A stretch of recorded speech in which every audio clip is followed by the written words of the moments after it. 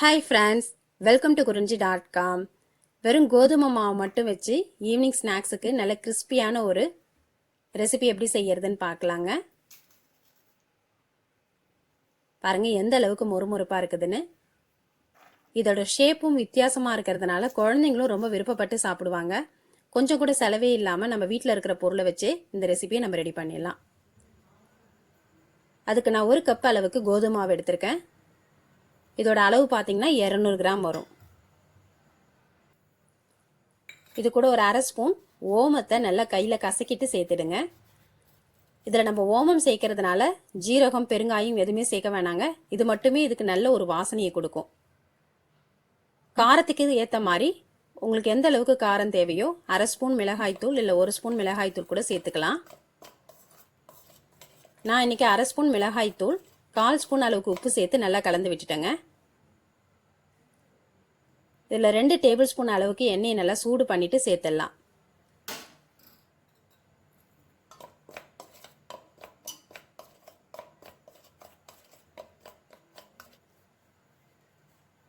இப்போ இந்த மாவை இந்த மாதிரி கையால் தேய்ச்சி நல்லா கலந்து விட்டுட்டு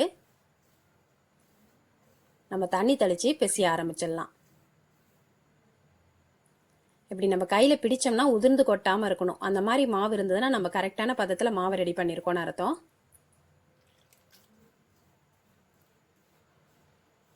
இதை நம்ம சப்பாத்தி மாவு பதத்துக்கே பிசைஞ்சு எடுத்துக்கலாம்.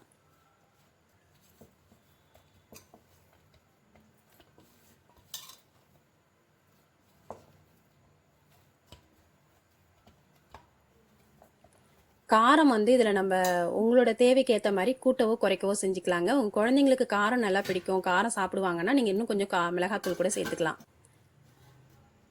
இப்போ இந்த மாவு நல்லா பிசைஞ்சிட்டு ஒரு தட்டு போட்டு மூடி அரை மணி நேரம் ஊற வச்சு எடுத்துக்கலாம். ஊற வச்ச மாவை இந்த மாதிரி எடுத்து ஒரு 2 நிமிஷம் நல்லா பிசைஞ்சிக்கிங்க. பிசைஞ்சிட்டு நம்ம சப்பாத்தி மாவு அளவுக்கு உருட்டி எடுத்துக்கலாம். இப்போ இதை நல்லா கோதுமை மாவு தொட்டே நம்ம திரட்டிக்கலாம். இதை மெலிசாக திரட்டி எடுத்துக்குங்க.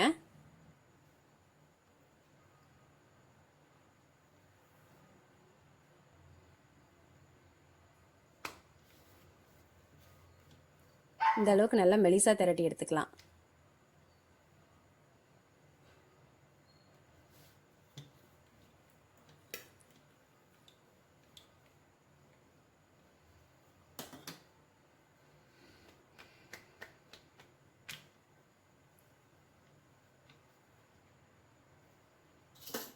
இந்த மாதிரி திரட்டிட்டு இதை கட் பண்ணுறதுக்கு ஷார்ப்பான கத்தியோ இல்லை பீஸா கட்டர் இந்த மாதிரி சோமாஸ் கட்டர் எதுவாக இருந்தாலும் பரவாயில்லைங்க.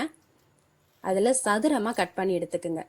உங்களுக்கு இந்த மாதிரி கட் பண்ண வரலைன்னா நீங்கள் ஸ்கேல் வச்சு கூட கட் பண்ணலாம். எல்லாமே கரெக்டாக ஈவனாக ஒரே ஷேப்பில் இருக்கும். இப்போ இதுக்குள்ளே நம்ம குட்டி குட்டி சதுரங்களாக கட் பண்ணி எடுத்துடலாம்.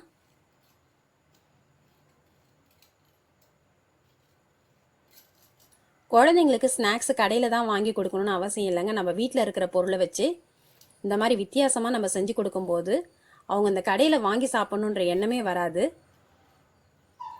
நமக்கும் செலவே இல்லாத ஒரு ஈவினிங் ஸ்நாக்ஸாக இருக்குங்க. கடையில் வாங்கி தரதை விட நம்ம வீட்டில் செஞ்சு தரது எவ்வளவோ மேலு. இப்போ இந்த மாதிரி 2 ஓரத்தையும் அழுத்திடுங்க.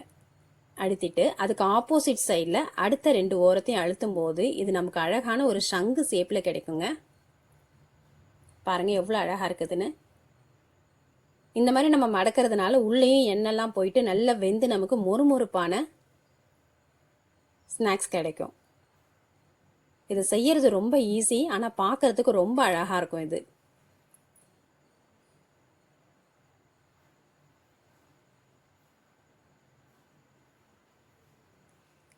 இந்த மாதிரி வித்தியாசமான ஷேப்பில் இருக்கிறதுனால குழந்தைங்களுக்கும் இது ரொம்ப பிடிக்குங்க.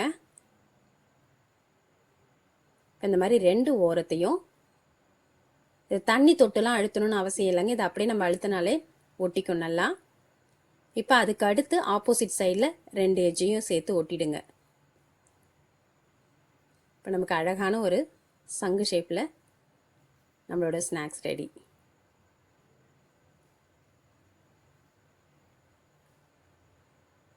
இப்போ இந்த மாதிரியே நீங்கள் எல்லா மாவையும் உருட்டிட்டு கட் பண்ணி இந்த மாதிரி டிசைனில் செஞ்சிடலாம். இது உங்களுக்கு பார்க்கறதுக்கு ரொம்ப வேலை உள்ள மாதிரி தெரியும், ஆனால் இதை நீங்கள் செய்ய ஆரம்பிச்சிட்டிங்கன்னா ரொம்ப ஈஸியாக இருக்குங்க.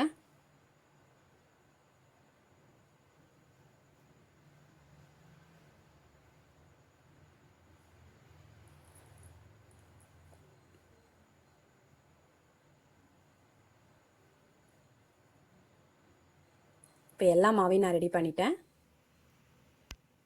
பார்க்கவே எவ்வளோ அழகாக இருக்குது பாருங்கள்.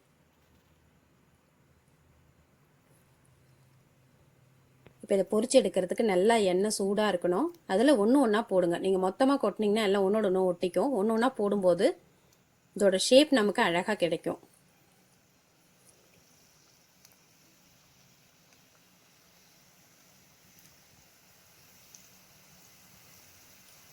இது கொஞ்சம் கூட எண்ணெயும் இழுக்காது, சீக்கிரம் வெந்துடும் நமக்கு.